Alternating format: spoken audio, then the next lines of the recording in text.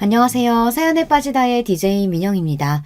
오늘도 두 가지 사연 준비되어 있으니 끝까지 함께 해주시고요. 구독과 좋아요 버튼도 눌러주세요. 그럼 오늘의 사연 함께 시작해 볼게요. 안녕하세요.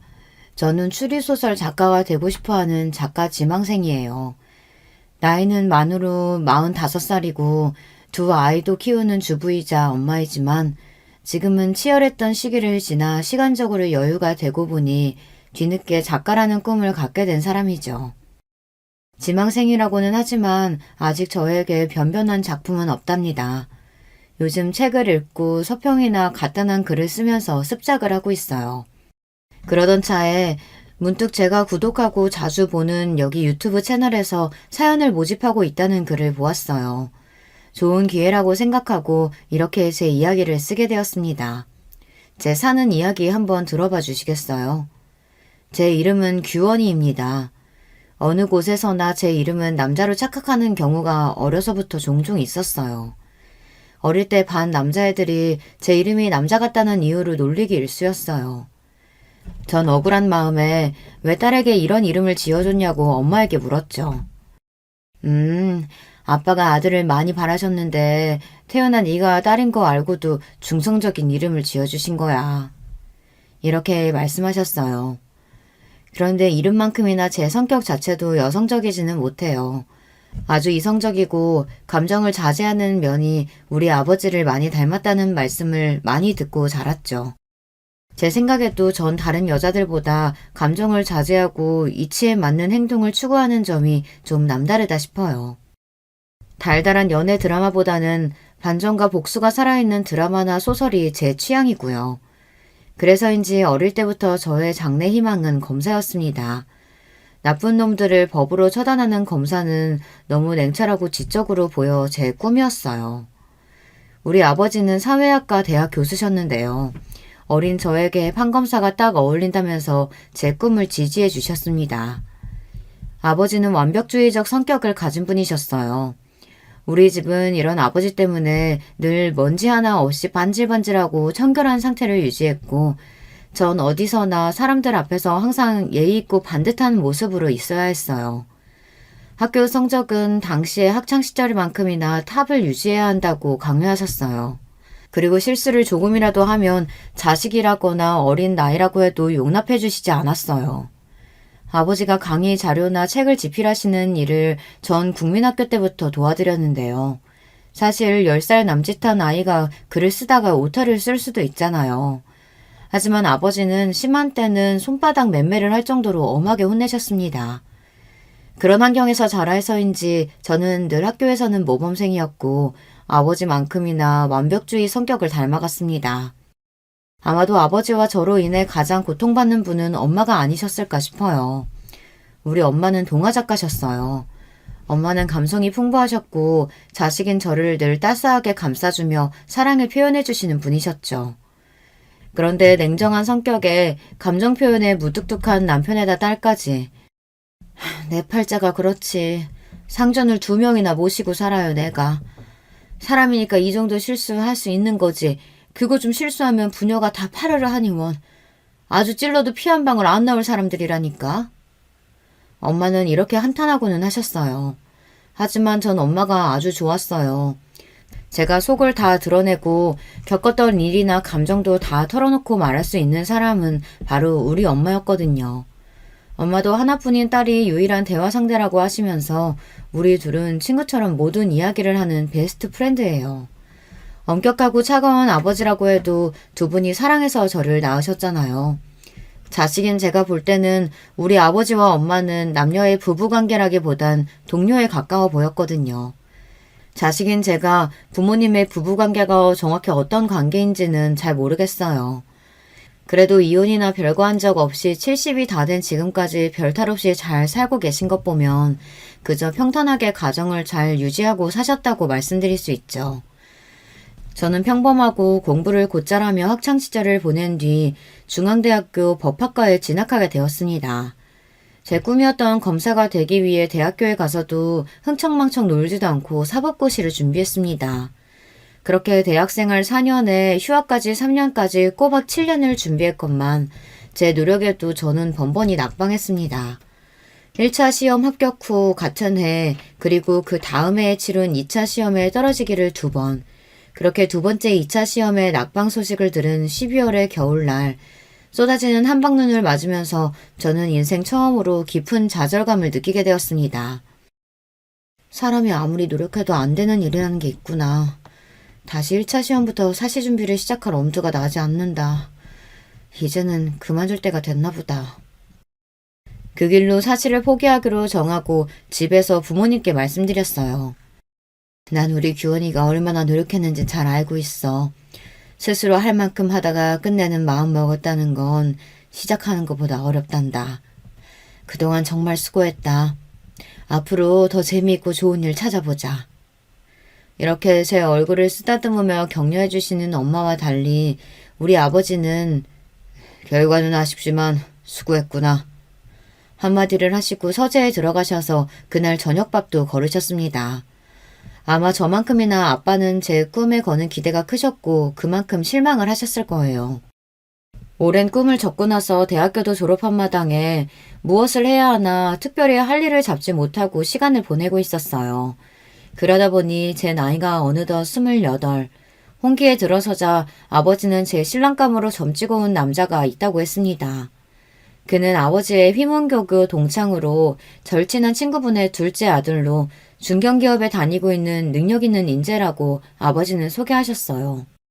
결혼하지 않고 살 생각은 해보지 않았고 사귀는 남자나 마음에 담아둔 남자도 없었기 때문에 굳이 아버지의 제안, 아니 강요를 거절할 이유는 없었습니다. 단지 어른들의 집안끼리 남녀가 만난다는 사실이 좀 구닥다리 같아서 창피했다는 점 빼고는 말이에요. 어쨌든 어른들끼리 정하신 날짜에 전 단정한 정장을 입고 워커힐 호텔로 갔습니다. 약속한 1시에 늦지 않기 위해 집에서 1시간도 안 되는 가까운 거리이지만 더 일찍 나선 저는 택시를 타고 가던 길에 문자 한 통을 받았습니다. 그 문자는 만나기로 한 맞선남이 보낸 것이었어요.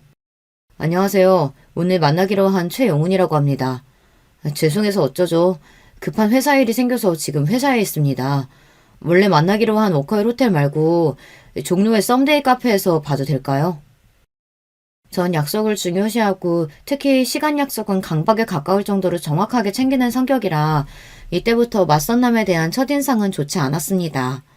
피치 못할 사정으로 장소를 변경한다면 적어도 3시간 전에는 통보했어야 하는 것 아닌가요?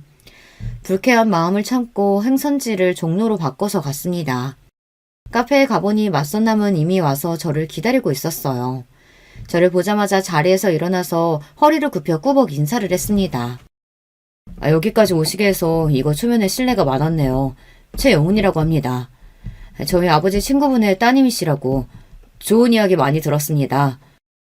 네, 만나서 반갑습니다. 저도 말씀 많이 들었어요.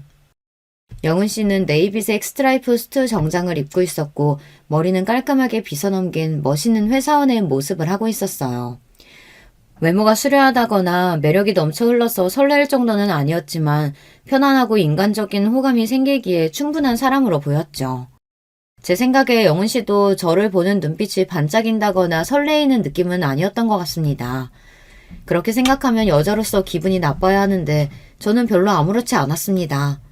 왜냐면 그 남자와 제가 애정이 샘솟아서 사랑으로 결혼하는 건 아니잖아요. 쇳덩이처럼 쉽게 뜨거워지고 쉽게 차가워지는 그런 사람도 그런 사랑도 제 스타일이 아닙니다. 남편은 저와 대화하면서 점점 제 이야기에 귀를 기울였어요. 아마 그 사람도 별 기대 없이 나왔는데 제가 파트너감으로 나쁘지 않았다는 계산을 했던 것 같아요. 저는 설립한 지 60년이 넘은 식품 제조회사 만나기업에 다니고 있습니다. 나이는 32이고요. 올해 막 과장으로 승진했습니다. 아, 초고속 승진이시네요. 32의 나이에 과장이면 빠른 편 아닌가요? 네, 입사 동기들 중 가장 빠르죠. 하지만 저는 여기에 만족하지 않습니다. 우리 아버지는 같은 기업에서 상무까지 지내시고 은퇴하셨지만요. 전 반드시 CEO 대표까지 달고 말 거예요. 이렇게 말하는 영은 씨의 말에서 강한 야망을 엿볼 수 있었어요. 남자가 그 정도 배포를 갖고 어떤 큰일을 할 수 있다면 제 남편감으로 괜찮겠다고 생각했죠. 하지만 더불어서 왠지 그는 서툴고 치밀하지는 못한 성격이라고 생각했습니다. 자신의 능력을 과시한다며 이야기하는 회사에서의 무용담을 잘 들어보면 짜임새가 좀 부족했고 거짓이 아닐까 싶은 부분들이 보였어요. 규원 씨는 제가 만나본 여자분들과 좀 다르게 느껴지네요. 뭐랄까 아주 차분하고 사람을 꿰뚫어보는 듯한 카리스마가 있어요. 나중에 아이들 교육 잘하는 좋은 엄마 되실 것 같아요. 영은 씨와 만난 자리에서 우리는 서로 인간적인 호감을 느꼈고 그 이상의 불꽃 튀는 이성 간의 사랑은 느끼지 못했습니다. 하지만 결혼하기로 이미 어른들끼리 마음을 먹고 만들어진 자리였고 내 감정과는 별개로 결혼은 진행되겠구나 하고 생각했습니다. 하지만 제 착각이었던 걸까요? 의외로 영훈 씨는 그날도 그 다음날도 저에게 애프터 신청을 하지 않았습니다. 그렇게 여러 날이 지난 어느 날 아버지는 다음 주 주말에 상견례를 할 테니 준비하라고 말씀하시는 거예요. 아니 이런 법이 어디 있나요? 한 번 맞선 본 남자와 다음 약속이 상견례라니. 여러분은 이해가 되시나요? 아버지, 그 남자와 한 번 만났을 뿐이고 심지어 그 뒤로 애프터 신청도 없었고 우리 연락한 적도 없어요. 그런 사람과 바로 상견례라니 이건 납득이 안 되네요. 넌 그 남자가 싫으냐? 싫고 좋고의 말을 할 수 없을 정도로 모르는 사이예요. 모르는 사람과 어떻게 결혼 이야기를 하며 상견례를 할 수 있어요. 싫은 게 아니면 결혼해도 문제될 거 없지 않느냐. 너희들은 이미 결혼 예정하고 만난 것이니 상견례 한 뒤에 얼마든지 데이트하면 되는 일이고. 아버지의 말씀에 이상하게도 반박할 말이 없었습니다. 이럴 줄 알았으면 고시 공부하지 말고 연애라도 실컷 해볼 걸 처음으로 후회가 되었어요. 그렇게 그 맞선 남과의 두 번째 만남이자 상견례를 하게 되었어요. 우리 아버지와 영은 씨 아버지는 처음 만나자마자 부둥켜 안고 반가워할 만큼 가까운 사이였어요. 과거에 한 약속대로 우리가 사돈을 맺게 된다면서 참 좋아하셨죠. 하지만 상견례 분위기는 마치 이상한 연극과 같았죠. 가장 친하고 이 분위기를 주도해야 할 결혼 당사자인 저와 영은 씨는 뻘쭘하게 앉아서 간간히 가벼운 이야기만 서로 나누었어요. 그날 잘 들어갔죠? 미안해요. 제가 연락을 드렸어야 했는데 요즘 회사 일이 너무 바빠서 말이죠. 괜찮습니다. 다 큰 성인인데 당연히 잘 귀가했죠. 네. 그런데 취미는 어떻게 되세요? 독서요. 어쩐지 규원 씨 이미지가 지적이라서 그런 취미일 것 같았어요. 주로 어떤 책 읽으세요? 추리소설이나 범죄소설 좋아해요. 스티븐 킹이나 히가시노 게이고 아세요? 이렇게 결혼할 당사자가 하는 대화라는 게 처음 만난 사람같이 낯선 거였어요. 헌데 서로 낯설어야 할 양쪽 아버님들은 야 이 자식아 해가면서 너무 친밀하고 화기애애한 분위기였어요. 거기에 어머님들은 딱히 어찌할 바를 모르며 음식만 드시거나 어디 눈둘 데도 없이 불편해하셨습니다. 특히 영훈 씨 어머님은 정말 이상한 반응을 보이셨어요. 일단 저를 처음 보시자마자 그분은 얼어붙어 계셨죠. 그리고 쭉 찢어진 눈으로 한참을 제 아래의 위를 살펴보시고는 기가 차했습니다. 자신의 남편과 우리 아버지, 어머니를 모두 뚫어져라 보곤 자신의 감정을 억누르는 듯 했어요. 이후 인사하는 제 목소리를 듣고도 잠깐 멈칫하더니 불안한 반응까지 보였습니다. 저는 이분이 오늘 어디가 아프신가 싶어서 어디 불편하신가요? 말씀 주시면 도와드릴게요. 아, 됐어요. 처음 만난 예비 며느리에게 과하게 쌀쌀맞은 반응이었습니다. 이렇게 기묘한 상견례 자리에서 어색한 결혼 당사자들과 불편함이 가득한 어머님들에도 불구하고 결혼식 날짜와 장소까지 일사천리로 잡혔습니다. 무려 2달 반 뒤에 급박한 날짜였지만 양쪽 아버지들의 추진력으로 결혼 준비는 빠르고 차질 없이 이뤄졌어요. 영훈 씨와 데이트 10번도 못 채우고 우린 결혼을 했습니다. 하지만 우리 엄마는 결혼식 전날 제 손을 잡고 걱정 가득한 얼굴로 말씀하셨어요. 규원아, 아무리 아버지가 무섭다고 억지로 결혼해서는 안 돼. 10번도 안 만난 남자에게 네 인생 맡기는 것이 난 아무래도 걱정되는구나. 저도 이런 결혼이 있나 싶게 어이없긴 해도 그래도 엄마, 그 사람이 싫거나 밉진 않아요. 인간적인 호감도 있으니 잘 살아볼게요. 너무 걱정 마요. 아니, 영훈이보다도 그 집 엄마 말이다. 상견례 때 봤을 땐 인상이 너무 아니더라. 반응도 좀 이상했고 말이야. 가뜩이나 시댁에서 시모 자리는 중요한데 그때 너를 보는 눈빛하며 말투가 마치 원수 보듯 한 게 말이지. 내 딸을 그런 집에 보낸다는 게 난 너무 꺼림칙하다. 번갯불에 콩 구워 먹듯 한 결혼이었지만 엄마의 걱정과 달리 결혼 생활은 평온했습니다. 전 남편이 회사에 간 사이 오전에는 집안일을 해놓고 오후에는 도서관에 가서 남편이 부탁한 자료를 찾고 검토해서 요약까지 해놨어요. 그리고 제가 좋아하는 책을 보다 근처 카페에 들려서 음악을 들으며 커피 한 잔을 하고 집에 돌아옵니다. 남편의 저녁 준비를 하다가 남편이 집에 오면 같이 저녁을 먹고 하루의 이야기를 하다 같이 잠이 듭니다. 이런 전업주부 생활이 전 안 맞는 옷과 같을 줄 알았는데 의외로 재미있고 마음에 평온함을 주는 생활이라 잘 적응하면서 지내고 있었어요. 제가 이해심이 깊고 성격이 무던한 편이라 같이 지내기에 편안하고 회사 일에도 많은 도움을 주고 있다며 남편은 고마워했어요. 남편은 그동안 만난 여자들이 감정 기복이 크고 변덕스러웠는지 저 같은 여자는 처음 본다며 변변히 신기해했습니다. 어느 날 남편 회식 자리에서 후배분이 제게 연락을 했습니다.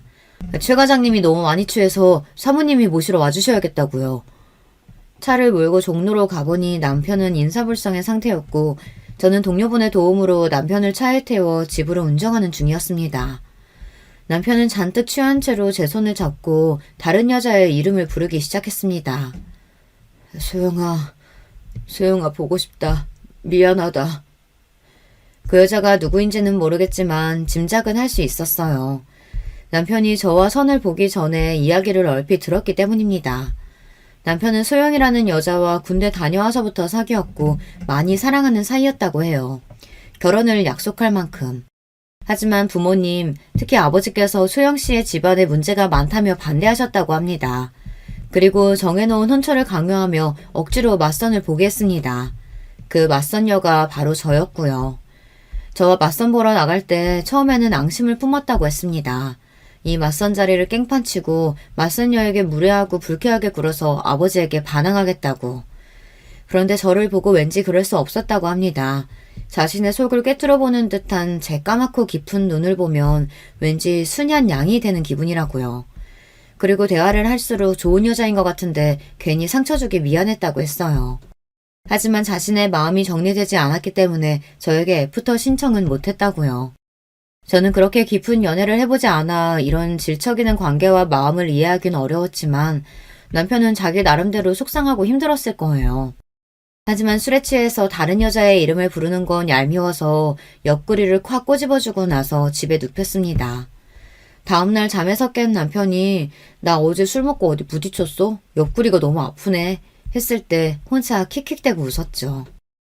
결혼생활 1년 만에 첫 아들을 낳았고 1년 뒤에는 둘째 딸을 출산하고 연년생 아기들을 키우면서 저는 많이 바빠졌습니다.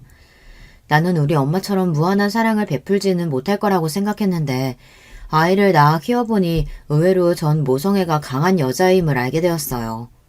자식이 먹는 것만 봐도 배부르다. 눈에 넣어도 아프지 않을 만큼 이쁘다.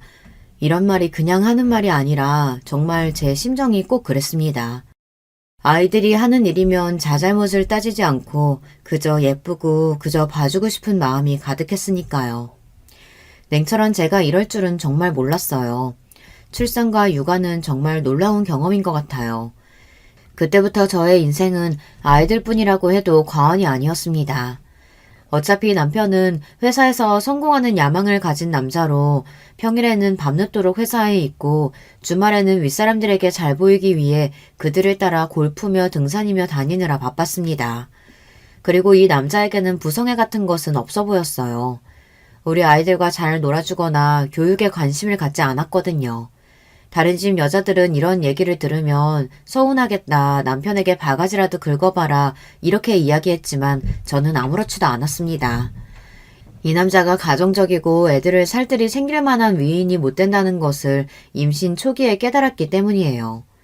제가 입덧이 심했던 임신 3개월 때의 일이 생각나네요.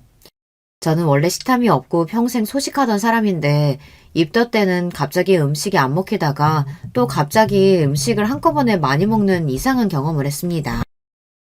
여보, 일주일 동안 음식이 안 먹혀서 물밖에 못 먹었는데 갑자기 오늘 새벽부터 아구찜이 너무 먹고 싶어요. 퇴근할 때 회사 근처 단골집에서 포장해 줄 수 있어요? 남편이 회사에 있을 때 전화해서 이렇게 부탁했어요. 나 오늘 회식이라 안 되겠어. 회식 끝나면 거기 가게 문 닫을걸? 당신이 회식하는 중간에 나가서 포장해 오면 되지 않겠어요? 내가 먹고 싶다기보다는 뱃속에 아이가 먹고 싶은 것 같아요. 자기가 먹고 싶으면서 애기 핑계는. 그냥 참으면 안 돼? 아부쯤이 뭐라고.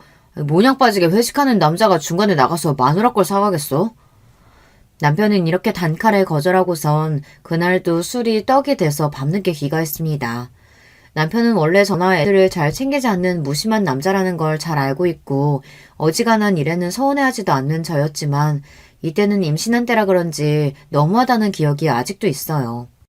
남편은 그저 열심히 일하고 돈을 벌어오는 가장일 뿐 남편의 역할도 아버지의 역할도 잘 하지 못한 사람이었습니다. 그리고 사실 남편이 회사에서 일하는 성과의 절반은 제 몫이라고 생각합니다. 남편이 회사에서 CEO까지 오르겠다는 야망에 비해서 가진 능력은 부족한 사람이었어요. 머리를 잘 굴려서 전략을 갖고 계획적으로 일을 하지도 못했고 사람들을 카리스마 있게 통솔하는 능력도 없는 사람이니까요. 제가 생각했을 때 유일한 능력은 눈치가 빠르고 윗사람들에게 자신을 숙이고 아부를 잘한다는 것일까요? 물론 이것도 회사에서 성공하는 데에는 중요한 덕목입니다. 하지만 그 사람의 부족한 전력이나 사람들을 관리하는 부분은 전적으로 제 도움이 컸습니다. 덤벙거리는 성격 탓에 회사에 기일 내에 보고하고 제출해야 할 서류를 종종 잊는 일이 많았습니다. 신혼 때는 그런 남편의 심부름으로 자주 회사에 가야 했어요. 이젠 아예 제가 회사의 중요한 서류는 따로 제 USB에 복원하거나 클라우드 공용 서버에 넣어놓고 있다가 남편이 필요할 때마다 바로 회사 메일로 전송해 주었습니다. 남편은 문서를 카테고리별, 날짜별, 중요도 순으로 정리하는 법도 몰라서 제가 다 정리해서 자료를 관리하고 있을 정도였으니까요. 오래된 중요한 자료는 남편 스스로 찾지도 못하고 제가 찾아주어야 했습니다. 정말 비서가 따로 없죠. 남편은 결혼할 당시 이미 초임 과장 직급이었어요. 과장 이상이 되면 실무 능력만큼이나 부하 직원을 관리하는 능력이 점점 중요해집니다. 남편은 밑에 사원 대리급과 마찰이 생길 때마다 감정적이고 급하게 처리하려는 경향이 강했어요. 그럴 때마다 제가 진정시키고 중재자로서 그들에게 이렇게 대하라고 조언을 해줬습니다. 막상 내 말대로 해보니 부하 직원들은 점차 남편에 대한 반감을 거두고 지시를 잘 듣게 되었습니다. 그리고 부서에서는 남편이 부하 직원들 통솔을 잘한다며 인사고과를 잘 받을 수 있었죠. 그래서 하루에도 여러 차례 전화를 걸어오는 남편은 저에게 회사에서 일어난 이런저런 이야기를 하며 저에게 조언을 구하고는 했어요. 제가 지인들과 모임 자리에 있을 때 이렇게 남편 전화를 받는 모습을 보고 어떤 엄마는 부러워했어요. 어머, 우리 남편은 회사에 있을 때 전화 한 통도 안 하는데 규원 씨 남편은 아내가 이렇게 보고 싶으신가 봐. 몇 번이나 전화를 하시네요. 규원 씨 정말 사랑하나 봐요. 이렇게 속모르는 말씀을 하셨어요. 저는 굳이 거기다가 대고 별다른 말 하지 않고 슬며시 웃을 뿐이었습니다. 사랑은커녕이요. 그냥 아무것도 할 줄 모르는 어린아이 가르치는 것일 뿐이죠. 그 이외에 신제품 개발 출시 등 회사에서 내리는 중요한 결정에도 제가 꼭 필요했습니다. 소비자의 기호나 선호도 등 마케팅 자료를 찾아서 분석한 뒤 남편에게 의견을 주면 제 말대로 회사에서 결정하고 발표했으니까요. 심지어 집에 와서 회사 기획안 가이드나 전략 방향 등은 제가 잡아주고는 했습니다. 이런 걸 보면 남편은 회사에서 얼굴 마담이고 실제로는 제가 일한 것과 다름없어요. 거의 저의 마리오네트 수준입니다. 다행히도 남편은 회사에서 승승장구할 수 있었어요. 연봉은 같은 연차 대비 최상위로 이미 1억이 넘어섰고 그 이후에도 늘 연봉이 높았어요. 어느 주말 남편이 아버지께 부탁드릴 일이 있다며 시댁에 방문하자고 했습니다. 아버지, 우리 인사팀 상무님이 아빠 후배 맞죠? 저 이번 미국 파견원으로 나가고 싶은데 힘 좀 써주세요. 아, 나랑 돈독했던 후배놈이니 어렵지 않을 거다. 그런데 왜 파견원이냐? 파견 근무면 애들이랑 시원애미는 같이 못 가잖니. 이왕이면 주재원으로 가족들 다 같이 가서 애들 미국에서 학교도 보내면 더 좋지. 뭐? 안 돼. 우리 아들이랑 손자들 미국 가면 잘 못 볼 거 아니야. 아들, 꼭 미국 가야겠니? 널 보낼 생각하면 엄마는 벌써부터 가슴이 아프단 말이야. 몇 년이나 있는다고 가족들을 다 같이 가겠어요. 괜히 고생만 하지. 여보, 이런 이야기는 미리 나랑 상의했으면 좋았을 텐데요. 우리 애들 미국에서 지내는 것도 좋은 경험일 것 같아요. 회사 일로 한국에 들어와야 하면 당신만 들어오고 제가 미국에서 애들 케어해도 괜찮아요. 얘, 너는 무슨 말을 그렇게 하니? 우리 아들만 죽어라 고생하다가 하라는 거 아니야? 신세 좋게 집에서 애들이나 키우면서 바깥 일은 남편이 하자는 대로 하면 따르는 거지. 난 우리 명훈이가 미국 가서 자기 뜻 펼치는 게 좋겠구나. 엄마가 따라가도 되지? 남편 회사 일 결정을 실제로 제가 다 하고 있다는 얘기를 하고 싶었지만 시몬은 아주 감정적인 분이고 말이 통하지 않아서 전 아무 말 하지 않고 가만히 있었습니다. 그리고 남편은 미국 지사 파견 근무로 1년 정도 나가 있게 되었어요. 하지만 남편이 미국으로 파견 근무를 나간 속셈은 따로 있었다는 것을 나중에 알게 되었습니다. 파견 근무에서 돌아와서 남편의 친구들이 집에 모여 와인 파티를 하게 되었어요. 파티 음식을 내오려고 그 자리를 잠깐씩 오가며 남편 친구들이 하는 이야기를 듣게 되었습니다. 야, 너 미국에서 재미 좋았다면서? 진철이가 그러더라, 현지처. 뭔 소리야, 현지처라니. 아, 소영이 얘기야? 소영이가 미국에 있는 법원에서 몇 년 일하고 있다고 해서 나도 해외 근무 핑계대고 같이 가서 지냈지. 회사 커리어도 쌓고 자유롭게 소영이랑도 지내고. 이 자식 그렇게 좋았냐? 신소영, 그 여자의 이름을 여기서 다시 듣게 되다니. 남편이 미국에서 근무한 이유가 예전 여자랑 지내기 위해서였다니. 그 사실을 알고는 배신감에 몸이 떨렸습니다. 파티가 끝나고 저는 남편에게 가서 조용히 이야기했어요. 지나간 과거는 용서해줄게. 첫 딸린 네가 신나게 그 여자랑 즐긴 그 1년도 말이야. 앞으로도 그 여자랑 만나서 내 애들 아빠가 불륜남이라는 게 알려지면 난 용서 안 해. 그 여자랑 정리하고 그 증명을 해와. 내가 직접 그 여자 만날 수도 있어. 그리고 무슨 일이든 할 거야. 내 성격 알죠? 남편은 처음 보는 저의 무서운 협박에 적지 않게 놀란 것 같았어요. 다음날 저는 최 과장의 미국 지사 근무, 미국의 현지처와 동거하기 위해서 라는 제목으로 글을 써서 남편의 메일로 보냈습니다. 회사 사내 게시판에 이거 올리면 재밌겠죠? 신소영과 관계는 끝났나요? 라고 덧붙여서 말입니다.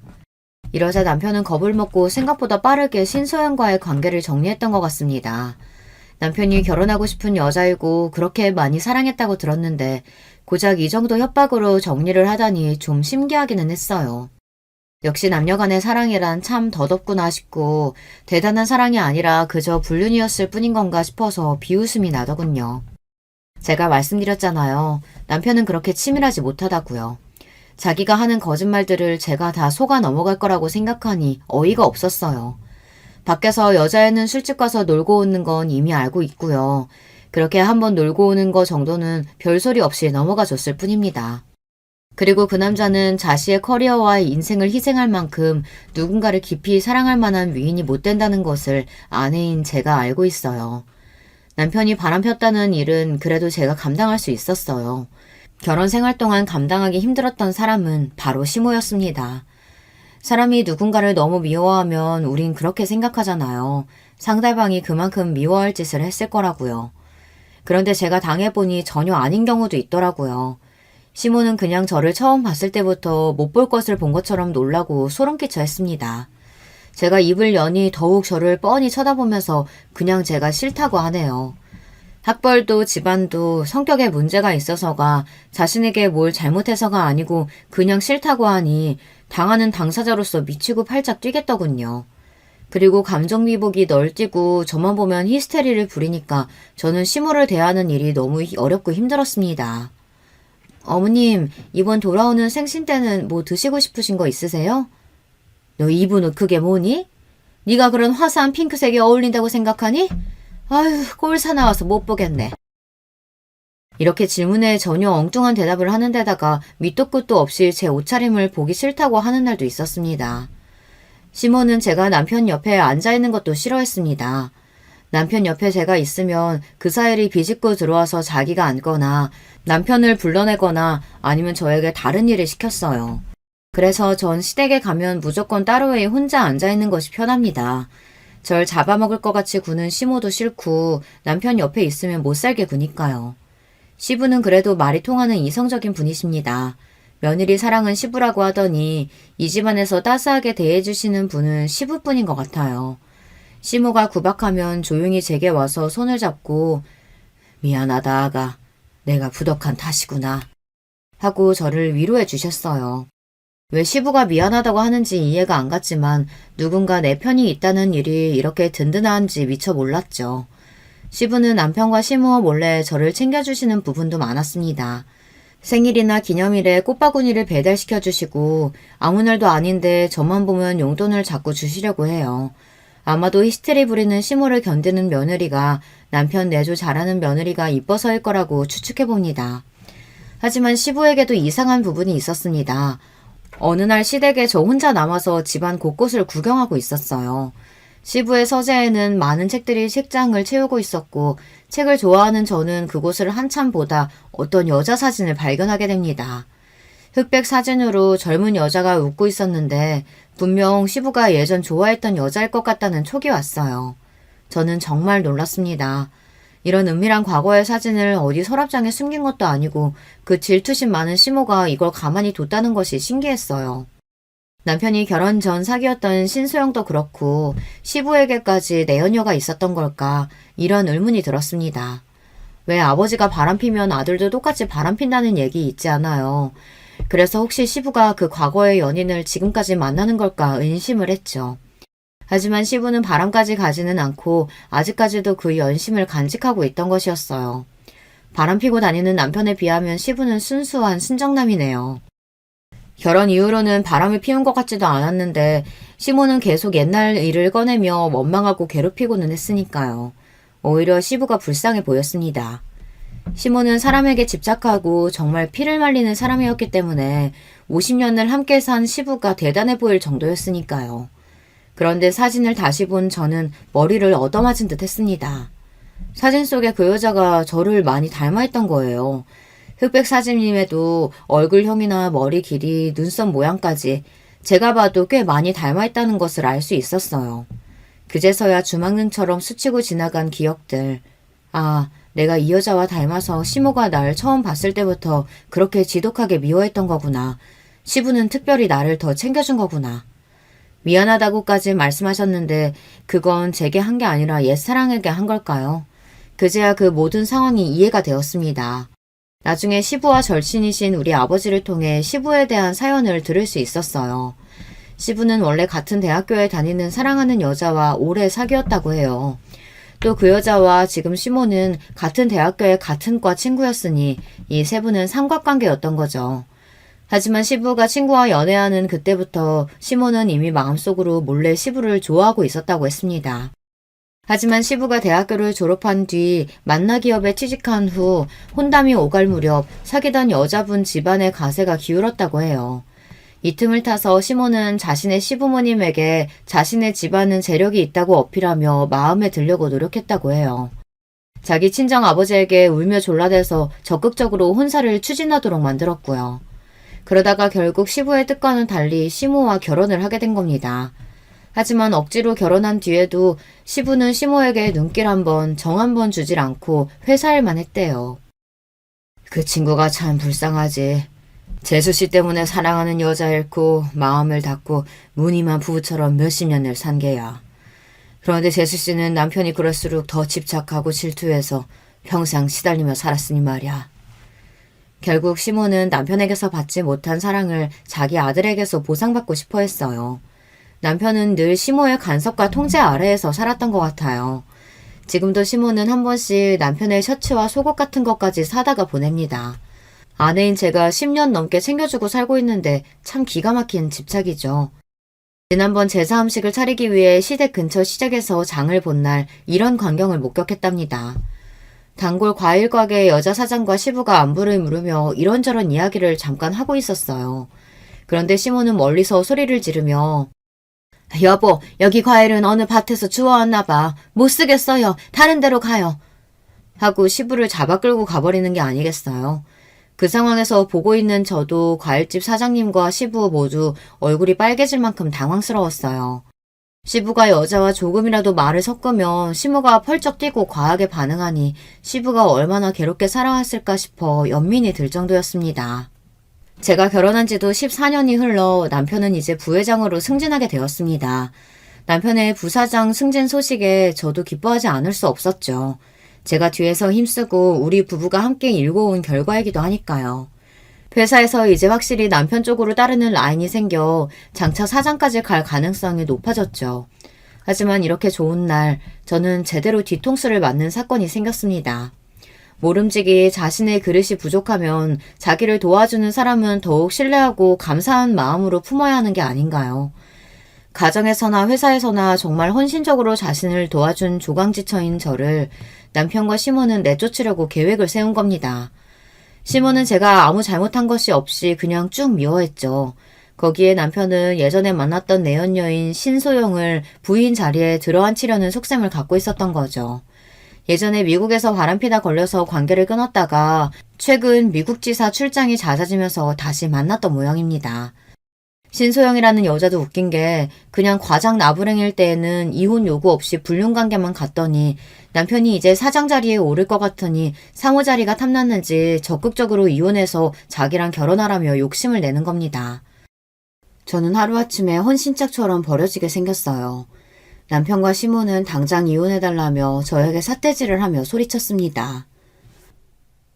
별 볼 일 없는 네 년이 사장 사모님 소리 듣는 꼴 내가 못 봐. 당신이라는 여자 지긋지긋해. 남편 알기를 우습게 알고 맨날 지적하고 지시하고 네가 사장이야?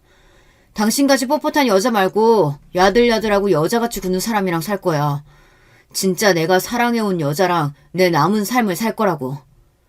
그럼 내 아들이 어떤 사람인데 이제 만나 기업 사장이 될 우리 아들인데 저런 여자 갖다 버리고 입맛에 맞는 여자 들이잡구나. 이렇게 기가 막히고 억울한 일을 제가 당하다 보니 말문이 막혀서 제대로 항변도 못했어요. 그들이 집을 나가고 혼자 곰곰이 생각해봤습니다. 내가 살아온 인생이 정말 이 정도밖에 안 되는 걸까? 결혼 생활 전부를 남편의 출세와 아이들의 행복을 위해 살았는데 결과는 고작 이것이라니. 믿을 수가 없었고 너무 억울해서 누구라도 붙잡고 호소하고 싶었어요. 하지만 그런 제 심정과는 별개로 전 저 남편과 시모랑 계속 사는 것이 과연 옳은 일일까 하는 고민이 되었습니다. 당연히 저들에게 복수하고 싶죠. 하지만 복수하겠다고 이혼하지 않고 버티면 제 인생이 너무 시궁창같이 구질구질해질 것만 같은 거예요. 그래서 저는 쿨하게 저들의 요구대로 이혼을 해주고 제가 얻을 것은 얻어내자라는 마음이었습니다. 저는 법대 동창생 중 변호사로 개업한 친구를 만나 이혼 조정 합의서를 작성했습니다. 이혼 합의서에는 제가 요구하는 몇 가지 조건을 달았어요. 첫째, 아이들의 친권과 양육권은 내가 갖는다. 둘째, 아이들 양육비 월 700만 원, 현금 10억과 경기도 양평에 별장 명의를 넘겨달라. 별장 사용은 그 전과 동일하게 남편 시댁 모두 공동으로 가능하다. 별장의 시가는 20억이 넘습니다. 셋째, 남편은 어느 누구와 만나서 동거하든 상관없지만 법적인 혼인 및 결혼을 하게 될 때에는 아이들의 친권자이자 양육자인 저의 동의를 얻어야 한다. 왜냐하면 신소영이 법적 배우자가 되면 남편 재산에 대한 권리가 생길 것이고 둘 사이에 자식이라도 낳게 된다면 나중에 우리 애들에게 갈 유산은 확연히 줄어들 테니까요. 그리고 변호사는 따로 남편에게 협박 아닌 협박의 말을 덧붙였습니다. 아내분은 남편이 회사에서 횡령한 증거와 거래하는 벤더 업체에서 로비받은 증거 등을 갖고 계시더군요. 남편분의 회사 생활을 끝낼 수 있는 많은 비밀을 알고 계신 것 같으니 조심하시는 편이 좋겠습니다. 저와 변호사가 나중에 복수를 위해서 치밀하게 세운 이 이혼 조건을 남편은 순순히 소용했습니다. 명석하지 못한 남편은 이 조건들이 어떤 것을 의미하는지 장차 어떤 일이 생길지 예측하지 못하는 위인이니까요. 오히려 시모는 현재 우리가 함께 살고 있던 일원동 빌라에 대해 재산 분할을 하지 않아 다행이라며 그가 10억과 별장 명의 따위 얼마든지 줄 수 있다고 좋아했습니다. 일원동 빌라는 시가가 40억 가까이 되지만 저는 그것은 탐나지 않았습니다. 애들의 양육비와 현금 10억으로도 앞으로 생활하는 데 불편함이 없을 거고 양평 별장은 당장 팔 필요는 없지만 다른 이유로 저에게 필요했습니다. 이 별장이 어떻게 쓸지 여러분께 조금 뒤에 제가 알려드릴 예정이니 조금만 기다려주세요. 시모는 제가 이혼할 때 의기양양한 얼굴로 이런 말을 남기고 헤어졌습니다. 너 그동안 내가 왜 그렇게 너 미워했는지 궁금했지? 궁금했을 게다. 이제 남이 되니까 솔직히 얘기하면 넌 신기할 정도로 그 잡것하고 닮았어. 처음에는 너희 엄마가 그 여자인가 착각했을 정도로 넌 그 여자랑 닮았다. 내 남편과 서로 사랑했던 그 여자, 김혜선. 중저음 목소리 톤하며 까만 생머리에 창백한 얼굴, 동그란 눈썹. 그래서 널 처음 본 순간부터 지금까지 난 네가 몸서리치게 싫었다. 이제 내 아들과 헤어지게 되니 아주 속이 후련하네. 앞으로 다시는 보지 말자. 자기 남편과 닮았다는 이유 하나만으로 며느리를 미워하고 살았다니 시모는 정말 질투에 눈이 먼 나머지 정신이 어떻게 된 게 아닐까요? 남편과 시모의 밑바닥까지 보게 된 저도 무능력하고 바람핀 남편도 사이코 시모도 더 이상 함께하기 싫었어요. 제가 이혼하는 과정을 지켜본 우리 친정 부모님은 너무 충격을 받으셨어요. 특히 결혼을 무리하게 추진했던 아버지는 저를 볼 면목이 없다며 너무 미안해하시고 자책하셨죠. 하지만 저는 괜찮았습니다. 결국은 그들에게 복수할 것이니까요. 그래서 전 이혼 때문에 좌절하거나 우울해하지 않았어요. 이혼 뒤 부모님이 사시는 대치동 아파트에서 아이들을 키우며 살게 되었습니다. 아이들은 제가 열심히 뒷바라지하고 교육한 만큼 성실하고 또 공부도 잘하며 심성이 반듯하게 잘 자라고 있어요. 딸은 미술 유학을 가고 싶어 했기 때문에 남편이 보내주는 양육비가 부족해졌습니다. 저는 양육비를 200만 원 높여달라고 요구했습니다. 하지만 남편은 이를 거절했고 너랑 애들 쓸 양육비도 이젠 아까워서 안 줄 거야. 억울하면 소송 걸어봐 어디.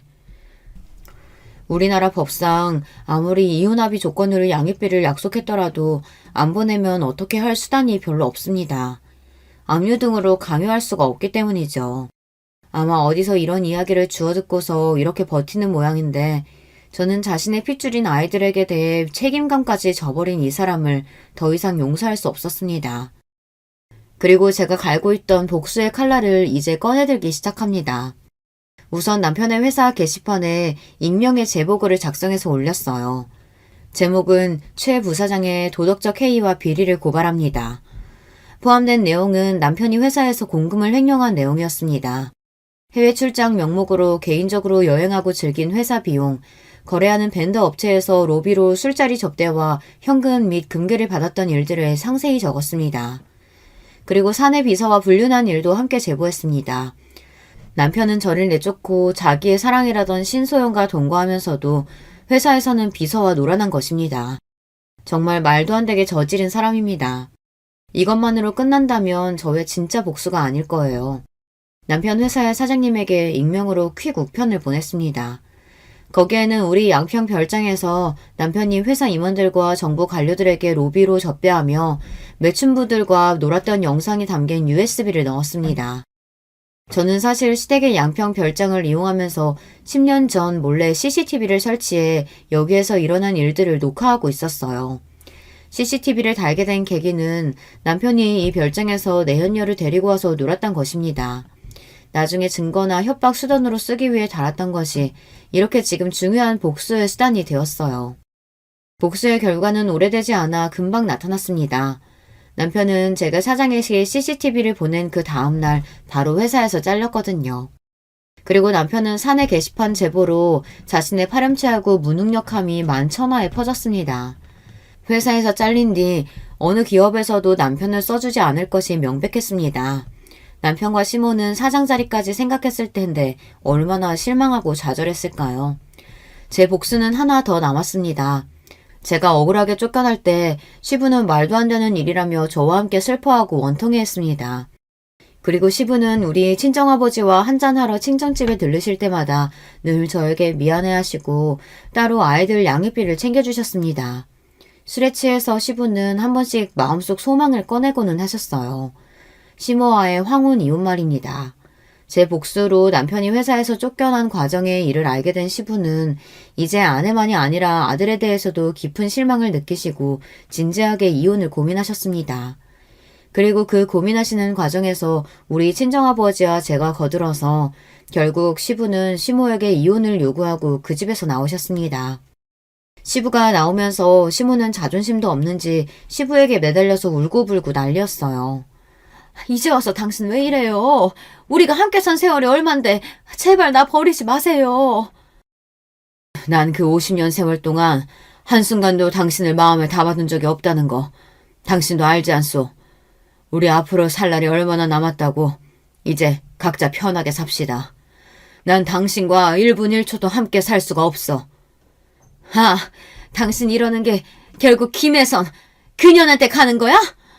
당신이 아직까지 그 여자 마음에 품고 있는 거 내가 모를 줄 알아? 미친 소리 그만해. 그 여자는 죽은 지 10년도 더 됐어. 젊은 시절 사랑했던 일 하나 때문에 당신은 결혼 내내 나를 괴롭혔다고. 미저리같이 정신병자인 당신과 내 남은 하루도 함께 살고 싶지 않아. 그리고 시부는 매정하게 시모를 내치고 집을 나가버렸습니다. 남편은 회사에서 쫓겨나와 직업도 구하지 못하고 내연녀 신소영에게 버림받은 채 매일 술을 마시고 백수로 살고 있습니다. 술에 잔뜩 취해서 애들이랑 저에게 전화를 하고 있지만 우리 가족을 버리고 인생을 망가뜨린 남편의 술주정 따위는 들어줄 마음이 없어 차단하고 있습니다. 아무리 반성하고 후회하며 돌아온다고 해도 당연히 우리의 가족으로 받아들일 마음은 조금도 없고요. 시모는 시부에게 버림받은 뒤 반쯤 실성한 채로 다니던 교회나 모임도 안 나가며 집에서만 지내고 있다고 합니다. 저의 복수극은 이렇게 끝이 났습니다. 지금까지 제 사연을 들으신 여러분 어떠세요? 제가 너무 매정했던 걸까요? 이따금 제가 이렇게까지 남편과 식모에게 복수한 것이 후회가 되고 있어요. 너무한 게 아닌가 싶어서요. 하지만 아무 잘못 없이 하루아침에 내쳐진 저와 부모의 이혼으로 상처 입을 아이들을 생각하면 제가 한 복수는 통쾌했고 나쁜 인간들에 대한 벌이라는 생각도 들어요. 제가 쓴 글을 봐주신 여러분께 깊은 감사의 말씀을 드리며 전 여기에서 이야기를 마쳐볼까 합니다. 들어주신 모든 분들 안녕히 계세요. 여러분, 두 번째 사연 시작하기 전에 좋아요, 구독 꼭 눌러주실 거죠? 그럼 두 번째 사연 바로 시작합니다. 안녕하세요. 저는 결혼 7년차 평범한 40대 가장입니다. 저희는 5식구인데요. 쉴 틈 없이 사고를 치는 첫째 아들과 아직은 아빠가 제일 좋다는 둘째 딸, 그리고 사랑하는 아내와 그런 아내를 키워주신 장모님, 이렇게 지내고 있죠. 장모님께서 저희와 함께 지내게 되신 것은 최근입니다. 정말 말도 안 되는 일이 저희 가족에게 있었거든요. 저는 한창 사춘기를 겪어야 했던 중2 때 부모님을 교통사고로 잃었습니다. 두 분은 출장을 다녀오시는 길에 중앙선을 넘어온 음주운전 차량 때문에 사고를 당하셨죠. 외동이었던 저는 고모의 손에 맡겨졌습니다. 고모와 고모부 그리고 사촌들은 정말 좋은 사람들이에요. 저에게 진심으로 잘해주셨죠. 저를 가족으로 받아주셨고 그만큼 많이 아껴주셨습니다. 하지만 당시 사춘기를 심하게 겪던 저는 아무도 눈치 주는 사람이 없었는데도 죄 지은 사람처럼 항상 자신감 없는 모습으로 다녔습니다. 사촌들이 저에게 신경 써주면 써줄수록 움츠러들었는데 지금 생각하면 참 바보 같았다 싶었어요. 대학에 입학하면서 저는 고모 집을 나왔습니다. 독립을 했어요. 학교를 다니면서 아르바이트를 통해 학비를 벌었죠. 솔직히 연애는 생각도 못했어요. 제게는 그것보다도 중요한 것들이 더 많았거든요. 군대를 다녀오고 복학을 했을 때 지금의 아내는 신입생이었어요. 처음엔 선배와 후배 사이였는데 어느 순간인가 그녀에게 호감이 생기더라고요. 저와는 다르게 유쾌하고 밝은 에너지가 가득했거든요. 그래서 고백을 했고 우리는 연인이 됐어요. 저는 그녀와 결혼까지도 생각했지만 과연 우리가 결혼을 할 수 있을까 저는 늘 그게 마음에 걸렸어요. 저는 부모님도 형제도 없는 외톨이였고 가진 것이라곤 저 하나뿐인 사람이었으니까요. 그런데 처음 인사를 드리러 간 날 그녀의 어머니께서 저를 너무나도 반갑게 맞이해 주시더라고요. 먹는 모습이 정말 복스럽네. 우리 애들은 뭘 먹어도 깨작거려서 음식 해주는 재미가 없거든. 정말 맛있습니다. 어떻게 만드셨는지 레시피가 궁금할 정도예요. 어머, 말도 어쩜 이렇게 이쁘게 할까? 어머님께서는 식사 시간 내내 반찬을 권해주시면서 저를 챙겨주셨어요. 그리고는 저에 대해서 들은 것이 아무것도 없다고 하시며 이것저것 궁금한 것들을 물어보셨죠. 그런데 부모님에 관해서는 단 한마디도 하지 않으시더라고요. 순간 어머님께서 정말 몰라서 제게 물어보시는 것이 아니구나 싶었죠. 어머님은 그냥 제게 말을 걸고 싶으셨던 것뿐이었어요. 나중에 집에 가려고 일어나는데 어머님께서는 제게 빵빵한 종이 가방을 주셨어요. 오늘 잘 먹던 걸로만 조금씩 쌌어요. 혼자 산다고? 너무 음식 많으면 괜히 상하기만 할 것 같아서 한두 번 먹을 정도로만 챙겼으니까 가져가서 먹어요. 아닙니다. 이렇게까지는. 그리고 다음에 올 때는 먹고 싶은 거 미리 경아한테 말해줘요. 내가 해줄게. 엄마 그러지 마. 오빠가 부담스러워하잖아. 이걸 뭐하러 줘요. 그녀는 제 손에 들린 종이 가방을 어머님께 돌려주며 괜히 한 소리 하더군요. 순간이지만 어머님의 얼굴에 잠깐이지만 섭섭함이 지나가는 게 보였어요. 찰나였지만 어릴 때부터 가족 표정을 살피는 습관이 남아있던 제 눈엔 너무 잘 보였죠. 아닙니다. 감사하게 받겠습니다. 오빠, 엄마가 괜히 그러시는 거야. 굳이 신경 쓰지 않아도 돼. 나 주셨는데 왜 네가 그래. 가져갈 거야. 어머님은 제 말에 활짝 웃으시면서 제 손을 꼭 잡아주셨어요. 그러면서 천천히 토닥이시며 말씀하셨죠. 다음엔 우리말 편하게 해요. 어머니라고 불러주면 더 좋고. 네, 어머니. 제 대답이 마음에 드셨는지 어머님께서는 저를 꼭 안아주시면서 반찬 떨어지면 꼭 놀라오라고 하셨죠. 그렇게 예비 처가를 나서면서 저는 손에 담긴 어머님의 마음이 너무나도 감사하면서 행복했어요. 찾아뵙기 이전에는 제 상황에 괜히 마음이 무거웠는데 말이죠. 그 뒤로 저는 몇 번이고 그녀의 집에 초대를 받았어요. 어머님께서는 제 생일이나 저희 부모님 기일에도 저를 집으로 불러주셨죠. 독립하고 난 이후 그렇게 즐거웠던 생일은 처음이었던 것 같았어요. 부모님께서 살아계실 때처럼 제가 좋아하는 음식들이 가득한 밥상에서 준비된 케이크에 나이만큼 초를 꼽고는 불을 붙였죠. 고모 집에서 있을 때도 생일은 챙겨주셨지만 가족끼리 케이크 촛불은 생각도 안 했거든요. 이건 사위가 아니라 아들이네, 아들. 그러니까 이러다 우리 자리 뺏기겠어. 엄마, 어떻게 우리 다 오빠를 더 좋아하는 것 같아. 몰랐니? 너희 백을 데리고 와봐라. 내가 봤구나. 와, 말이 심하네. 어떻게 그래, 엄마? 예비 처남은 식탁에 자기가 좋아하는 음식이 하나도 없다고 우는 척을 하면서 투덜거렸어요. 그 모습에 자리에 앉은 사람들은 모두 다 빵 터지고 말았죠. 그렇게 저희는 가족들의 축복을 받으면서 결혼식을 올렸어요. 아내는 분가를 원했지만 저는 꼭 어머님을 모시고 살고 싶었어요. 회사도 가깝기도 했지만 어머님과 함께 지내고 싶었거든요. 아내는 처가살이 시키고 싶지 않다고 강력하게 말했지만 저는 전혀 그런 생각이 들지 않았기에 아내를 설득했어요. 하지만 아내보다도 더 큰 벽은 어머님이셨어요. 아이고 무슨 소리야. 이서방이 왜 여기 들어와서 살아. 됐어. 신혼인데 둘이서 알콩달콩 재밌게 살아봐야지. 애도 가져야 하고. 어머님, 저 눈치 주실 거예요? 막 처가살이 시키실 거예요? 내가 우리 사위한테? 그럴 리가. 보고만 있어도 아까운데 무슨 그런 말을. 그런데 왜 자꾸 오지 말라고 하세요? 어머님께서는 끝까지 반대를 하시더라고요. 그래서 저희는 마침 처가가 있는 아파트 같은 라인에 빈집이 있기에 그곳을 신혼집으로 정했죠. 아내는 이게 무슨 경우냐고 한참을 웃었지만 그래도 싫은 눈치는 아니었어요. 어머님께서도 그렇게까지 하는 거냐고 웃기만 하셨죠. 신혼여행을 다녀오고 나서 저희는 각자의 생활을 시작했어요. 결혼해서 달라질 것이라고 생각했던 것에 비해서 저희는 크게 변한 것이 없었어요. 아침은 가볍게 먹고 저녁은 항상 처가에 들려서 먹고 왔죠. 이럴 거면 그냥 여기서 살아. 무슨 밥을 맨날 먹으러 와? 엄마, 식비 받아, 식비. 너도 안 내는 식비를 왜 우리 사위가 내야 돼? 넌 어디 엄마한테 식비 준 적 있니? 처남, 걱정 마. 당연히 식비 드려야지. 아이고 너도 그 돈으로 우리 사위 점심이나 든든히 먹어. 어머님 밥이 너무 맛있어서 다른 건 들어가지도 않아요. 아내는 왜 이렇게 넉살이 좋아졌냐고 혀를 내둘렀어요. 연애할 때는 전혀 몰랐던 모습이라고 하면서 제 옆구리를 푹 찔렀어요. 오빠, 적당히 먹어. 이러다 배 나오겠다. 어머니, 저 배 나왔어요? 이렇게 말랐는데 배는 무슨 많이 먹는 것도 아니구만. 괜히 먹는 걸 가지고 그런다.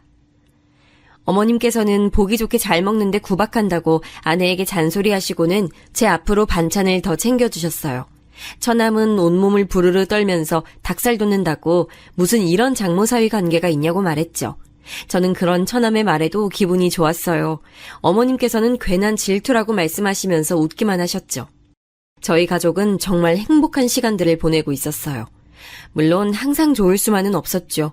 그녀와 심하게 싸우기도 했고 그런 날은 둘 다 어머니께 불려가 몇 시간이고 잔소리를 들어야 했습니다. 하지만 그런 순간도 전 좋았어요. 그런데 저희 가족에게 먹구름이 끼기 시작한 것은 처남이 결혼을 하면서부터였어요. 대학원에 진학해서 한창 학교를 다니고 있는 처남은 결혼할 여자가 있다고 하면서 여자를 데려왔어요. 첫인상은 엄청 무뚝뚝하고 까다롭겠구나 싶었어요.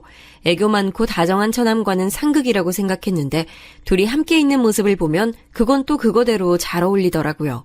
학교 동기라고 했는데 마찬가지로 대학원을 다니고 있다고 하더군요. 저는 솔직히 반대했습니다. 무슨 직장에 있는 것도 아니고 대학원생도 학생 아닙니까? 그런데 결혼을 해서 생활은 어떻게 하려고 하는 건지 무모하다는 생각이 들었죠. 아내 역시 저와 같은 생각을 하고 있었어요. 그녀는 생활비도 스스로 벌어본 적 없으면서 무슨 결혼이냐고 펄쩍 뛰었죠.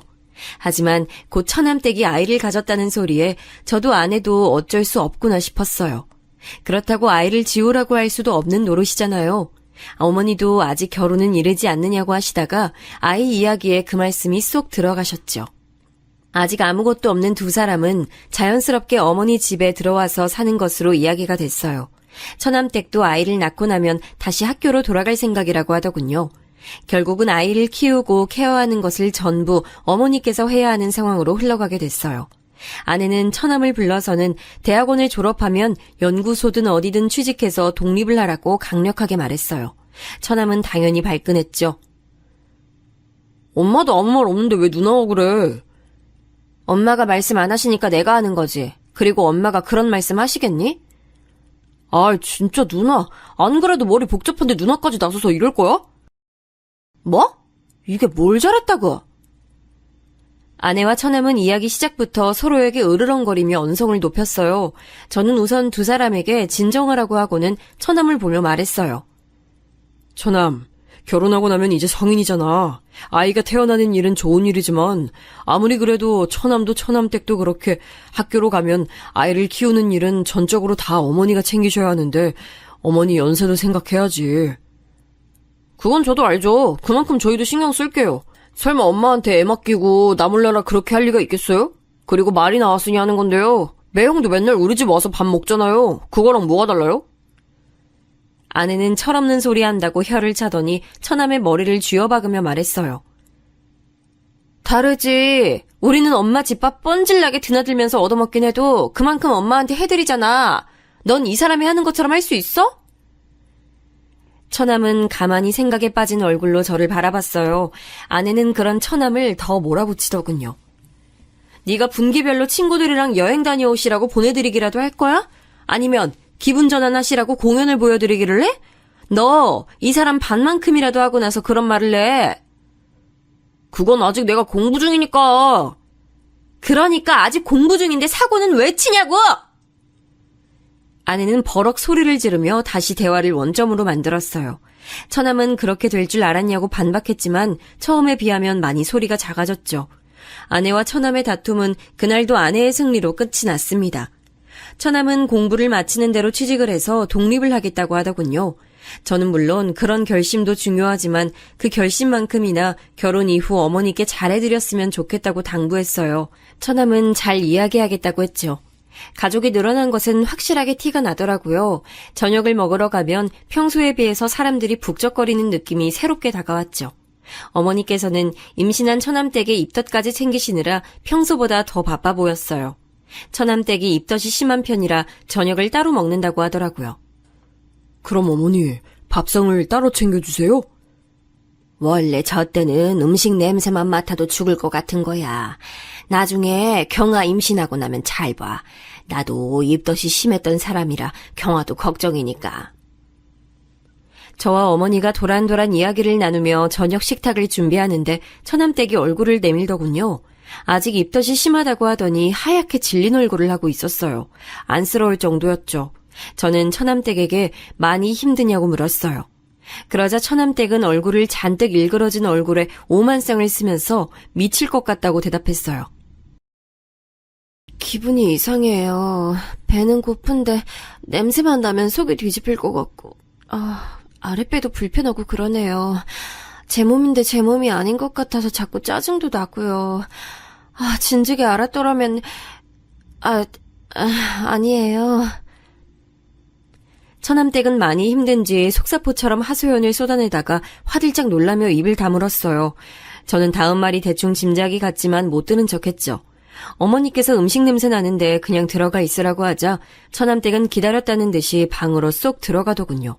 그 뒷모습을 바라보며 저렇게 어린데 아이를 낳고 제대로 키울 수는 있을까 걱정이 됐어요. 아마도 어머니께서 마음고생을 많이 하실 것 같은 느낌이 들었어요. 어머니 말씀처럼 처남댁의 입덧 시기가 지나갈 때쯤 아내도 임신 소식을 전했어요. 아내가 제게 이제 곧 아빠가 될 것 같다고 말을 해주는데 정말이지 다른 소리는 하나도 들리지 않고 오로지 아내의 축하한다는 말만 귓가에 맴돌았죠. 예상대로 가족들은 다들 뛸 듯이 기뻐해줬어요. 아내는 걱정했던 것보다도 입덧도 먹덧도 없는 편이었어요. 대신 잠이 많아져서 힘들어했죠. 차츰 아내 배가 불러오기 시작할 때쯤 처남댁은 어여쁜 여자아이를 출산했어요. 어머니께서는 첫 손주라 그러신지 기분이 묘하다고 하시더군요. 조리원을 나오자마자 처남댁은 복학을 하고 싶다고 말을 꺼냈어요. 어느 정도 예상은 하고 있었지만 이렇게까지 빠른 복귀를 원할 것이라고는 생각지 못했던 터라 가족들은 너나 할 것 없이 당황했지요. 죄송해요, 어머님. 어머님께 아이 맡겨두고 복학하는 게 이기적이라고 보실 수 있지만 지금 복학하지 않으면 시기적으로 계속 밀릴 것 같아서요. 처남댁은 학위를 빨리 따고 취직을 하겠다고 말하며 의욕을 불태우더군요. 결국 예상했던 것처럼 어머니께서는 황혼 육아를 시작하게 되셨죠.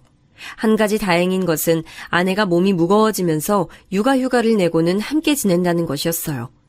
얼마 후 아내는 튼튼한 남자아이를 출산했어요. 제게 아들이 생긴 것이죠.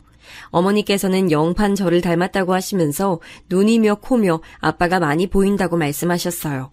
아이를 안아들고 나니 기분이 묘하더군요. 진짜 이 애가 내 아들인가 싶기도 하면서 이렇게 작은 아이를 앞으로 어떻게 키워야 하나 걱정도 됐고요.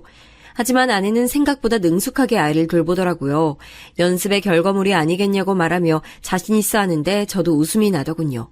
집에 아이가 둘이 있다 보니 확실히 분위기가 변했어요.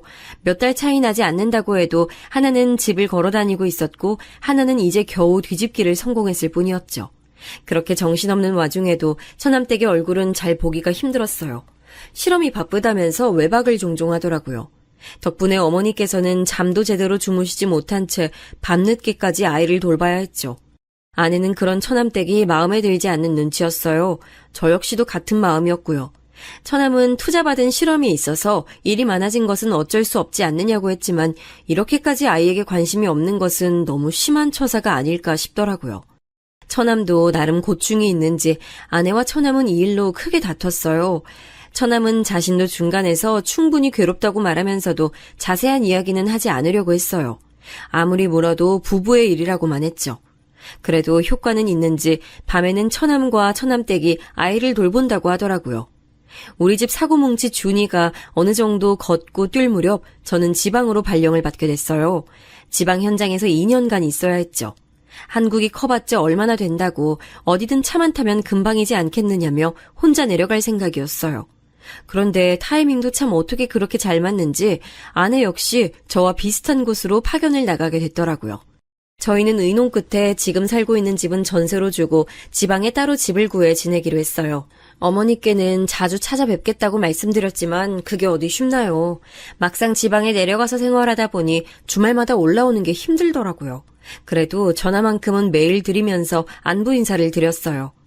지방으로 내려간 지 1년이 될 무렵 저는 한 가지 이상한 점을 느끼기 시작했어요. 어머니께서 살이 많이 빠지시고 표정도 어두워 보이셨죠. 전화로 안부를 물을 때도 길게 통화를 하지 않으려고 하시는 것도 이상했고요. 아내는 나이가 들어서 그런 것 아니겠냐고 보약이라도 한 채 해드려야겠다고 했지만 저는 건강에 문제가 아닌 것 같다는 생각이 들었어요. 그래서 아내에게 말해 1박 2일 동안은 처가에서 지내기로 했죠. 직접 만난 어머니는 몇 달 전에 봤던 것에 비해 살도 빠지고 많이 피곤해 보이셨어요. 안 되겠다. 어머니 모시고 병원을 좀 가보자. 괜찮아. 병원은 무슨. 그냥 나이 들어서 그렇지 뭐. 그러니까 어머니 더 병원을 가보셔야죠. 맞아, 엄마. 어디 편찮으신 거 아닌가 한번 봐요. 저와 아내는 괜찮다는 어머니를 모시고 한의원에 갔습니다. 딱히 나쁜 부분이 있는 건 아닌데 전체적으로 기가 많이 약해진 것 같다고, 스트레스 받는 일이 많은 것 같다고 하시더군요. 가슴 쪽에 열이 많이 몰려있다고도 하시고요. 아내는 어머니께 무슨 일이 있으신 거냐고 물었지만 어머니께서는 다 괜찮다고만 하셨어요. 집에 돌아온 우리 어머니께서 푹 쉬도록 자리를 펴드리고는 식사 준비를 시작했어요. 7시가 넘어서야 처남네 부부가 들어왔죠. 언제 오셨어요? 누나, 오면 온다고 말을 하지.